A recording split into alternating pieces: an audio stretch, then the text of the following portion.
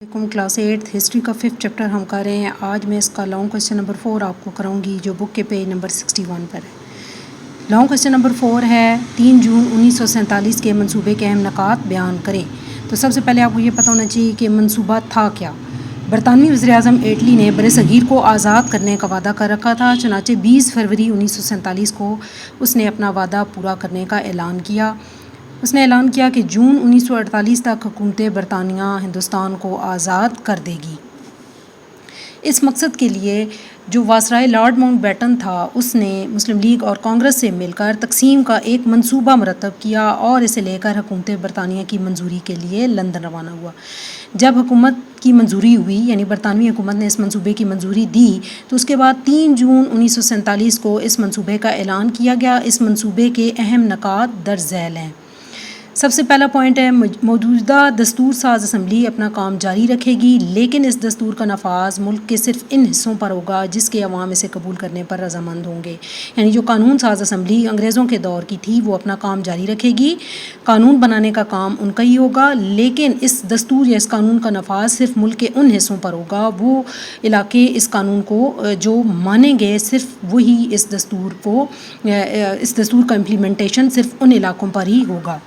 दूसरा पॉइंट जो रखा गया वो ये है कि पंजाब और बंगाल की सूबाई असम्बलियों में जो मुस्लिम और गैर मुस्लिम अक्सरियती अज़ला के नुमाइंदे वोट के ज़रिए ये फ़ैसला करेंगे कि वो पाकिस्तान में शामिल होना चाहते हैं या भारत में।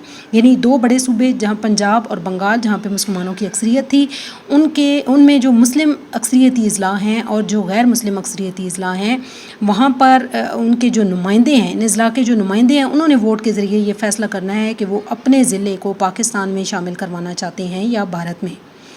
जब उन्होंने तकसीम के हक़ में राय दे दी तो हद बंदी के लिए एक कमीशन यानी बाउंड्रीज़ को अलग करने के लिए एक कमीशन मुकर्रर किया जाएगा। सूबा सिंध की बारी आई तो सूबा सिंध के बारे में ये फ़ैसला हुआ कि वहाँ की कानून साज असम्बली कसरत राय से ये फ़ैसला करेगी कि वो सूबा सिंध को बहसीत मजमूई भारत में शामिल करना चाहती है या फिर पाकिस्तान में शामिल करना चाहती है।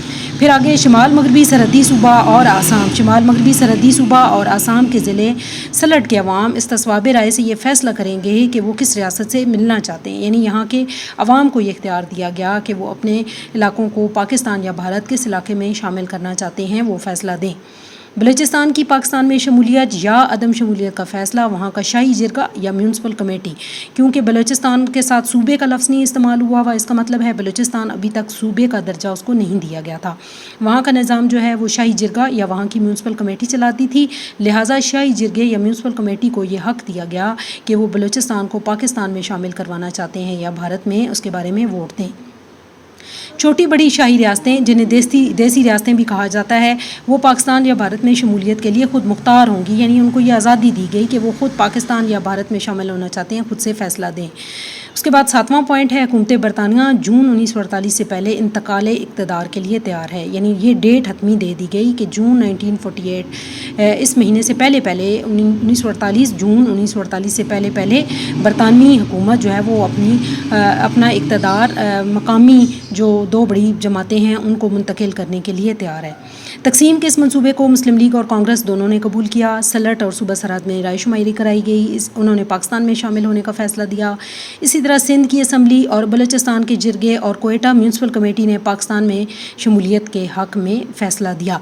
तो ये 3 जून 1947 के मंसूबे के ये 7 अहम पॉइंट हैं, ये आपने याद कर लेने हैं। ये आपका लॉन्ग क्वेश्चन नंबर 4 आज कवर हो गया।